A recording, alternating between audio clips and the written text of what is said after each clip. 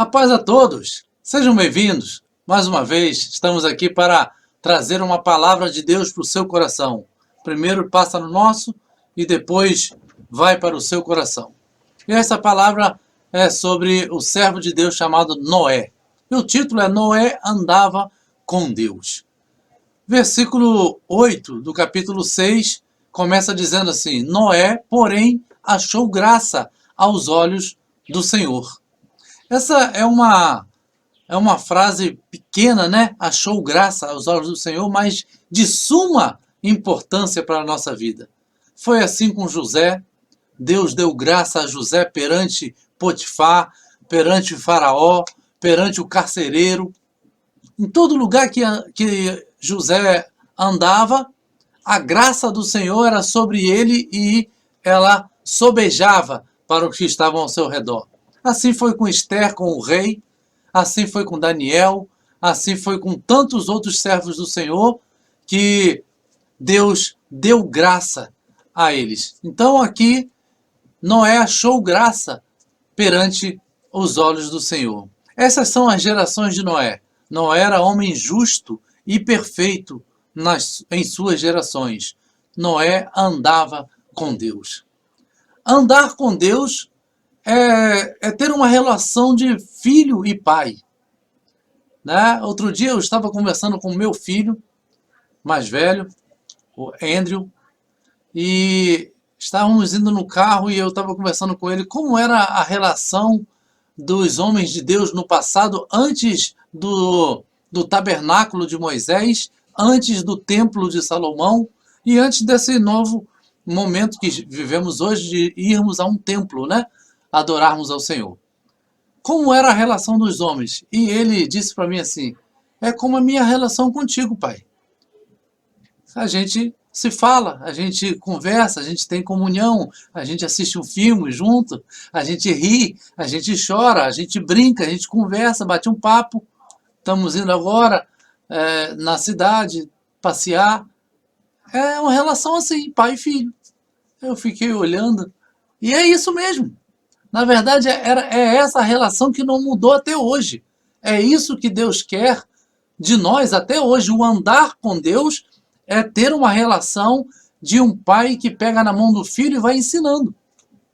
Tal como o Senhor vinha em toda a viração do dia, lá com Adão, toda a viração do dia o Senhor vinha conversar com Adão. E aí, Adão, como é que estão as coisas aí? Qual é o nome daquele bichinho ali? Ah, eu botei o nome de tigre. Pô, legal, Adão, maneiro, show de bola. Como se fosse uma conversa assim de pai e filho. E aquele ali eu botei girafa. Pô, um pescoção grande assim, botei girafa por causa do pescoço.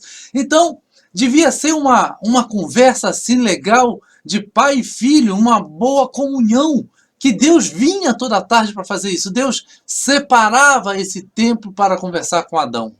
Então era pai e filho conversando. E isso foi se estendendo, chegou até Noé, chegou a Abraão, Isaac, Jacó, até que depois houve a mudança após Moisés, né, com o tabernáculo no deserto. Então, essa é a relação, e mesmo com o tabernáculo no deserto, Moisés tinha uma relação de pai e filho com Deus.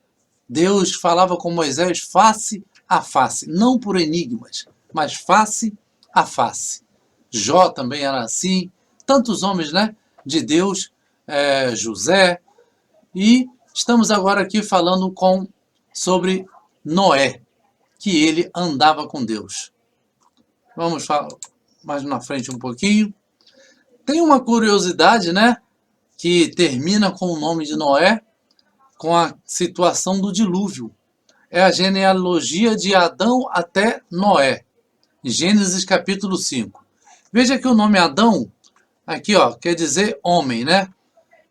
7, apontado ou determinado, filho de Adão. Depois vem Enos, mortal. Cainã, penalidade ou desgraça ou aflição. Maalalel, o santo Deus. Jared, descerá. Enoque, ensinamento, instrução.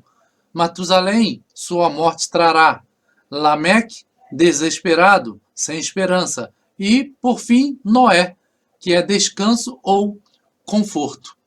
Então, pegando esses nomes desses homens todos aqui, de várias as pessoas aqui, ó, de algumas gerações, então forma essa frase: ao homem, é Adão, né, está determinado, aqui ó, determinado, mortal penalidade. Aqui ó, penalidade, mortal, penalidade. Mas, para completar a frase, né, mas o santo Deus, descerá, ensinando que sua morte trará, aqui, Matusalém, ao sem esperança, Lameque, desesperado, sem esperança, o descanso, Noé. E foi justo no tempo de Noé que houve o dilúvio, né? Houve o dilúvio ali e formou-se uma nova geração, porque tudo estava muito violento no tempo de Noé. Então, aqui é como se fosse o Evangelho no Gênesis. Ao homem está determinado mortal penalidade, mas o santo Deus descerá ensinando que sua morte trará ao sem esperança o descanso. Aqui vai até Noé, mas está falando do tempo de Jesus, do tempo da vinda de Jesus, que veio para ensinar, e também apontando para o milênio, que aí sim o reino de Deus instaurado na terra estará ensinando, e toda a palavra do Senhor cobrirá a terra como as águas cobrem o mar. É isso que diz a palavra do Senhor, né? Vai ser ensinado a palavra do Senhor e cobrirá toda a terra como as águas cobrem o mar. Noé quer dizer consolo. A quem chamou Noé dizendo: este nos consolará acerca de nossas obras e do trabalho de nossas mãos, por causa da terra que o Senhor amaldiçoou. E era Noé da idade de 500 anos e gerou Sem, Cã e Jafé. Gênesis 5, 29 e 32. Então está aqui, né? Jafet, ou Cã, né? E Shem, que são os 3 filhos de Noé. A arca da salvação. Então disse Deus a Noé: o fim de toda a carne é vindo perante a minha face, porque a terra está cheia de violência, e eis que os desfarei com a terra. Faze para ti uma arca da madeira de gofer. Farás compartimento na arca e a betumarás por dentro e por fora com betume. Então, o Senhor anuncia a Noé o fim de toda a humanidade, de toda a carne, inclusive de animais.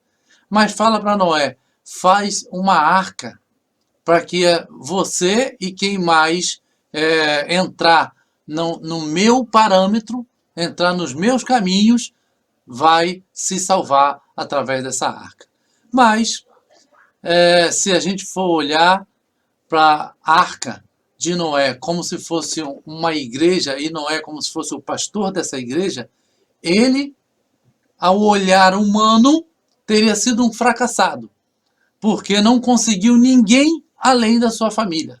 Não conseguiu ninguém além de sua esposa, filhos e as esposas dos seus filhos. Que numa cultura patriarcal, a gente pode até imaginar que as mulheres foram obrigadas. Vamos colocar assim, né? Se alguém quiser ir por esse caminho. Olhando ao olhar humano, Noé foi um fracassado na pregação do Evangelho, porque diz o apóstolo Pedro que ele era um pregoeiro da justiça. Né? Vamos botar Evangelho como algo, né, de Deus, a palavra de Deus. Então era um pregoeiro da justiça. Mas não é esse o olhar do Senhor, porque Deus tem um olhar e ele é tão justo que ele não obriga ninguém a aceitar aquilo que ele está oferecendo.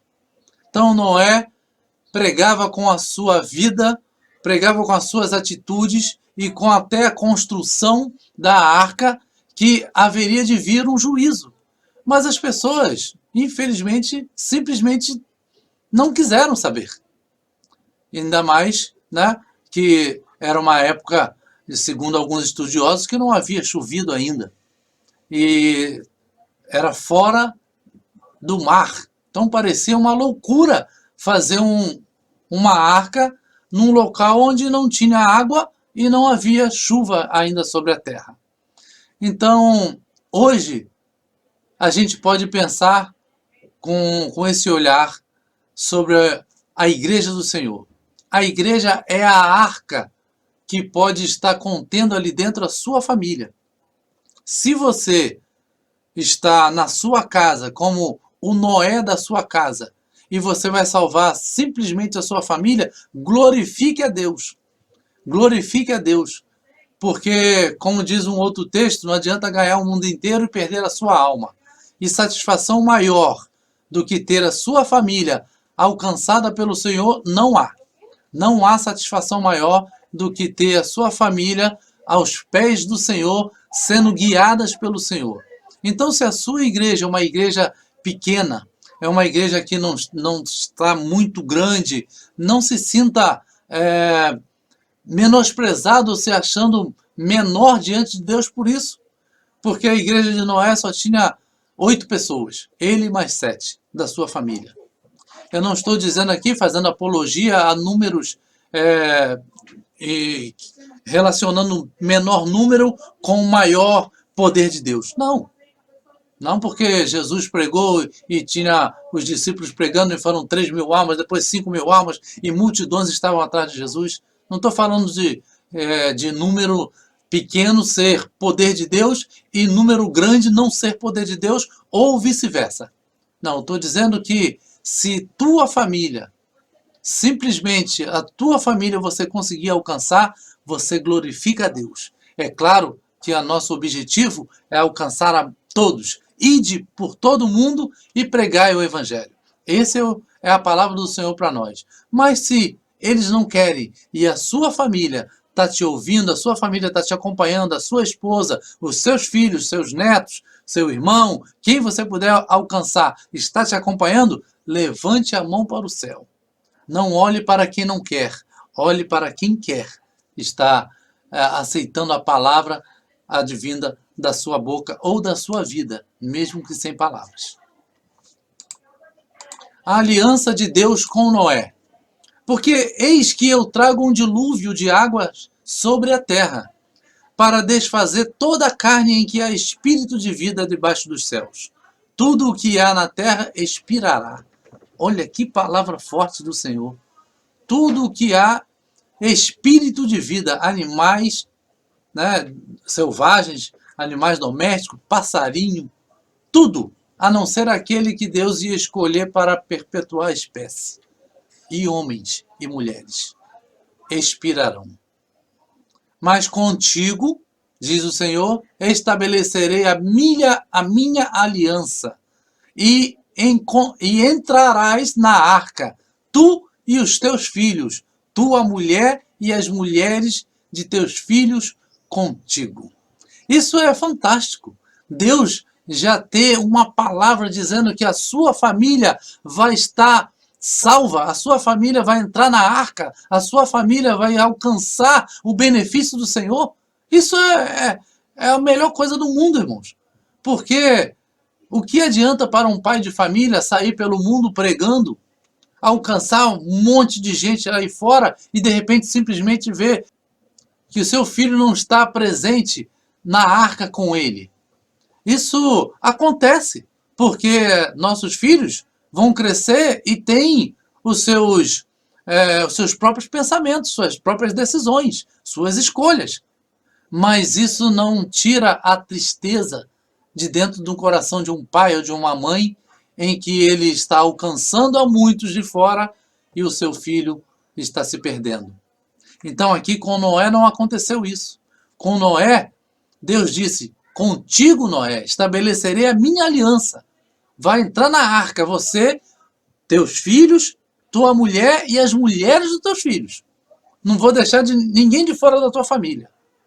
Então, essa palavra do Senhor traz conforto, traz consolo para o próprio Noé, que já já tinha o seu nome com significado de consolo. E isso, vindo do Senhor, é algo fantástico, né? Podemos aprender muito com isso. A obediência de Noé.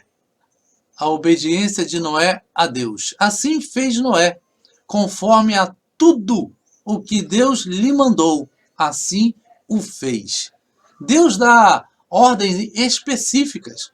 Coloca uma janelinha abrindo lá em cima assim, coloca de 3 andares assado, coloca a madeira de tal tipo, betume assim assado. O formato é esse. Ah, Senhor, mas não poderia fazer assim, é mais fácil, faz só com um andar para lá, tal, é menos trabalhoso. Não, Noé fez tudo conforme Deus lhe mandou. Dá trabalho, irmãos, fazer as coisas conforme Deus nos manda. Dá muito trabalho. Mas no fim, nós somos recompensados. Deus às vezes faz conosco igual nós às vezes fazemos com nossos filhos. Temos um grande presente na mão escondida atrás das nossas costas e um pequeno presente simples na mão que a gente vai estender para nossos filhos, para vermos a reação dele com aquilo ali.